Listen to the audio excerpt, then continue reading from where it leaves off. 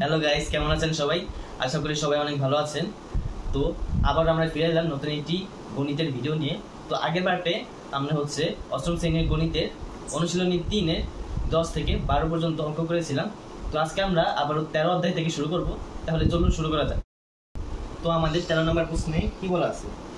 বলা আছে যে একটি ত্রিভুজাকৃতি ক্ষেত্রের ভূমি 24 মিটার এবং উচ্চতা 15 মিটার 50 সেন্টিমিটার হলে এর ক্ষেত্রফল নির্ণয় করব।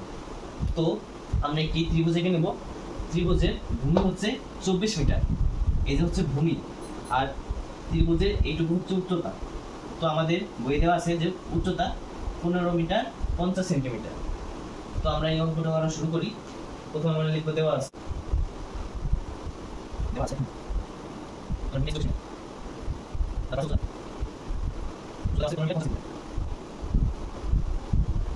যেহেতু আমাদের এই ক্ষেত্রে ক্ষেত্রফল নির্ণয় করতে বলছে, তাহলে অবশ্যই আমাদের ভূমি গুণ উচ্চতা ভাগ 2 করতে হবে। যদি আমরা করতে চাই তাহলে কিন্তু দুইটা আলাদা এককে রাখা যাবে না, আমাদের একটা এককে কনভার্ট করতে হবে। তাহলে সবচেয়ে ইজি হচ্ছে এই 50-কে মিটারে কনভার্ট করা। তাহলে আমরা যদি মিটারে কনভার্ট করতে চাই তাহলে আমাদের একটা জিনিস জানতে হবে যে 1 মিটার সমান 100 সেন্টিমিটার। তাহলে 100 সেন্টিমিটার যদি 1 মিটার হয় তাহলে 50 সেন্টিমিটার সমান কত মিটার? তাহলে অবশ্যই আমাদের এই 50-কে 100 দ্বারা ভাগ করতে হবে। তাহলে আমরা লিখতে পারি 15 যোগ 50/100। যেহেতু এটা মিটারে কনভার্ট হবে তাই অবশ্যই আমাদের এই 15 মিটারের সঙ্গে যোগ হবে যাতে সম্পূর্ণ মিটারে কনভার্ট হয়ে যায়। আমরা মিটার লিখতে পারি, তাহলে আমরা কাটাকাটি করে নিতে পারি। তারপর 5 থেকে 10 ভাগ করে আসে 0.5।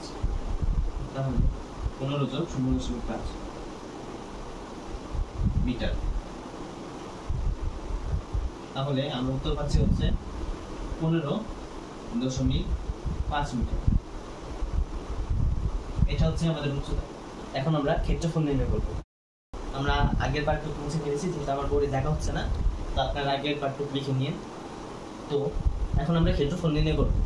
যদি আমরা ক্ষেত্রফল নির্ণয় করতে চাই তাহলে আমাদের ভূমি গুণ উচ্চতা ভাগ 2 করতে হবে, কারণ এটা একটি ত্রিভুজাকৃতির ক্ষেত্রে ক্ষেত্রফলের নির্ণয় সূত্র। তাহলে আমরা এখন ক্ষেত্রফলটা নির্ণয় করব। তাহলে আমরা লিখব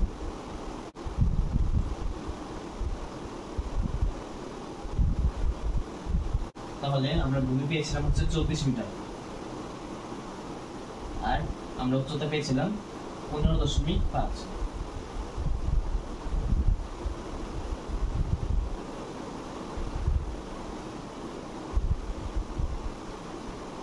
বর্গমিটার।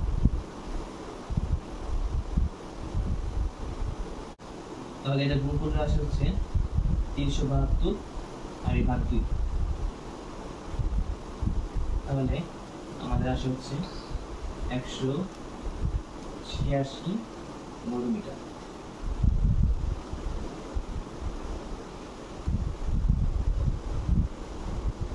এবং এটাই আমাদের 13 নম্বর প্রশ্নের উত্তর। তো গাইস, এখন আমরা 14 নম্বর অঙ্কটা করব। তো 14 নম্বর অঙ্কে বলা আছে যে একটি আয়তাকার ক্ষেত্রের দৈর্ঘ্য 48 মিটার এবং প্রস্থ 32 মিটার 80 সেন্টিমিটার। ক্ষেত্রটির বাইরে চারদিকে 3 মিটার বিস্তৃত একটি রাস্তা আছে।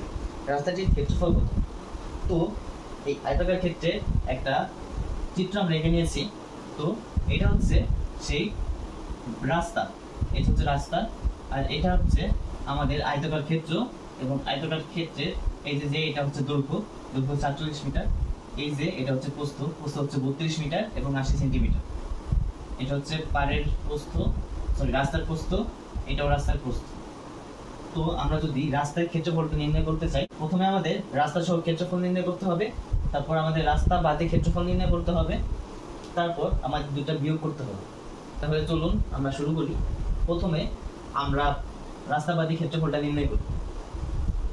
তাহলে লিখি, দেওয়া আছে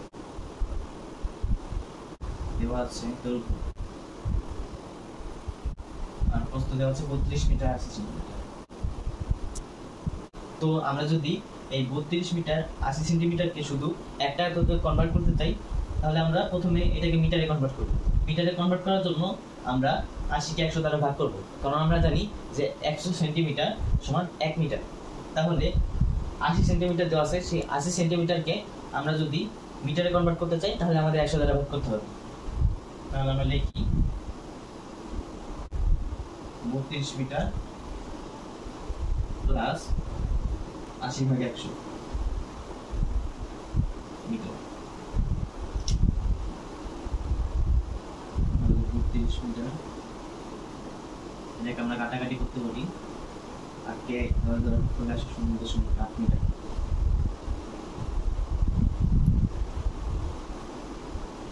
তাহলে এই দুটো যোগ করলে আসে হচ্ছে 32.8 মিটার। এটা আমরা পেলাম প্রস্থ। এখন আমরা নির্ণয় করব ক্ষেত্রফল। এখন আমরা যদি ক্ষেত্রফল নির্ণয় করতে চাই তাহলে আমাদের সূত্র প্রয়োগ করতে হবে। আয়তক্ষেত্রের ক্ষেত্রফলের সূত্র হচ্ছে দৈর্ঘ্য গুণ প্রস্থ। তাহলে আমরা লিখি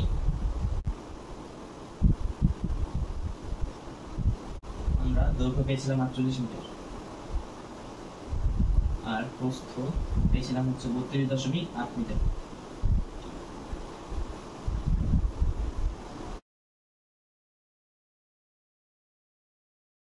এটা হচ্ছে আমাদের রাস্তাবাদী ক্ষেত্রফল।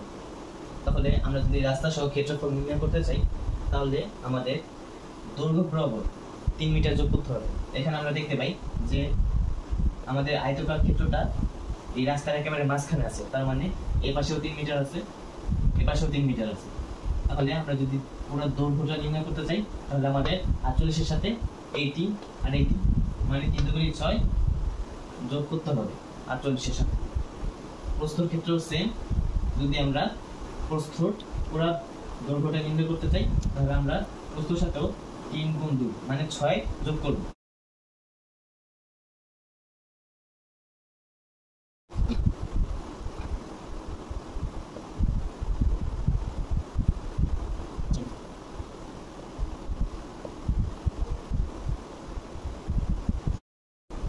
তাহলে আমরা রাস্তা সহ ক্ষেত্রফল বের করব।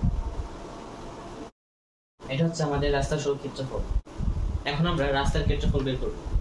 তো রাস্তার ক্ষেত্রফল বের করতে আমাদের এই সম্পূর্ণ টুকের ক্ষেত্রফল থেকে আমরা এই ক্ষেত্রটির ক্ষেত্রফল বিয়োগ করব। তাহলে আমরা লিখব রাস্তার ক্ষেত্রফল।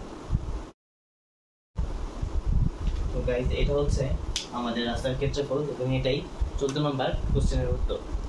তো গাইস 15 নম্বর প্রশ্নে বলা আছে যে একটি বর্গাকার ক্ষেত্রের এক বাহুর দৈর্ঘ্য 300 মিটার এবং বাইরের চারদিকে 4 মিটার চওড়া একটি রাস্তা আছে।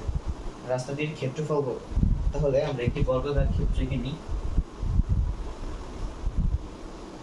ধরুন এটা হচ্ছে একটি বর্গাকার ক্ষেত্র এবং এটার এক বাহুর দৈর্ঘ্য, এটার এক বাহুর দৈর্ঘ্য হচ্ছে 300 মিটার, এটার এক বাহুর দৈর্ঘ্য হচ্ছে 3 মিটার এবং এটার চারদিকে 4 মিটার চওড়া একটি রাস্তা আছে। 4 মিটার এটা হচ্ছে রাস্তা, এটা হচ্ছে বর্গাকার ক্ষেত্র। তাহলে আগের নিয়মেই আমরা এই প্রশ্নের সমাধান করব। তো আমাদের এই বর্গাকার ক্ষেত্রের ক্ষেত্রফলটা প্রথমে নির্ণয় করতে হবে, তারপর এই রাস্তা সহ এটার ক্ষেত্রফলটা নির্ণয় করতে হবে, তারপর দুইটা থেকে বাদ দিতে হবে। তাহলে আমরা করি, দেওয়া আছে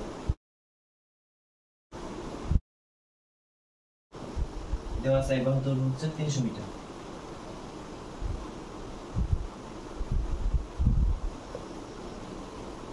আমরা জানি যে একটি বর্গাকার ক্ষেত্রের ক্ষেত্রফল হচ্ছে বাহু স্কয়ার, মানে এটাও 300 মিটার, এটাও 300 মিটার।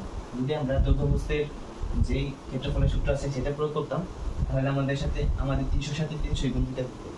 তো এজন্য আমরা 300 স্কয়ার লিখব। তাহলে দেখি বর্গের ক্ষেত্রফল। বর্গের যেহেতু প্রতিটি বাহু সমান তাই এটার দৈর্ঘ্য সমান। আমরা বাহু দিয়েছি 300 মিটার।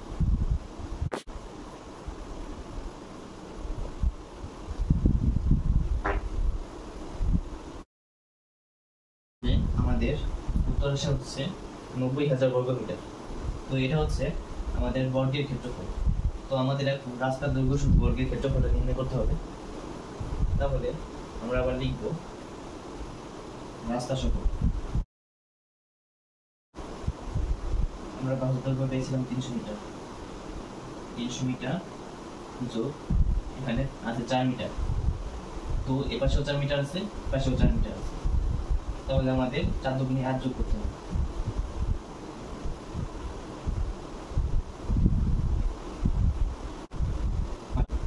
রাস্তা সহ বাহুর দৈর্ঘ্য পাচ্ছি 308 মিটার। এখন আমরা এটার ক্ষেত্রফল নির্ণয় করব। এটার ক্ষেত্রফল নির্ণয় করতে গেলে আমাদের সূত্র প্রয়োগ করতে হবে। তাহলে আমরা লিখব বর্গের ক্ষেত্রফল। আমরা বাহুর দৈর্ঘ্য পেয়েছি হচ্ছে 308 মিটার, তাহলে আমরা লিখব 308 আর স্কয়ার করে লিখব 94,864 বর্গমিটার।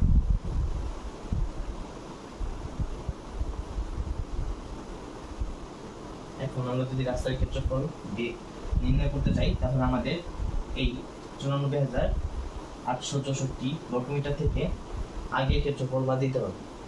তাহলে আমরা লিখব রাস্তার ক্ষেত্রফল। এটা হচ্ছে রাস্তার সহ ক্ষেত্রফল মাইনাস রাস্তা বাদের ক্ষেত্রফল, এবং এটাই হচ্ছে আমাদের 15 নম্বর কোশ্চেনের উত্তর। তো গাইস, এতক্ষণ আমরা 3টা অঙ্ক করলাম। তো এই 3টা অঙ্কের মধ্যে আমরা অনেকগুলো নিয়ম দেখলাম, আমরা অঙ্ক সলভ করলাম। তো আশা করি সবার ভিডিওটা অনেক ভালো লেগেছে। সবাই প্লিজ লাইক, কমেন্ট, শেয়ার এবং সাবস্ক্রাইব করুন। Bye bye guys.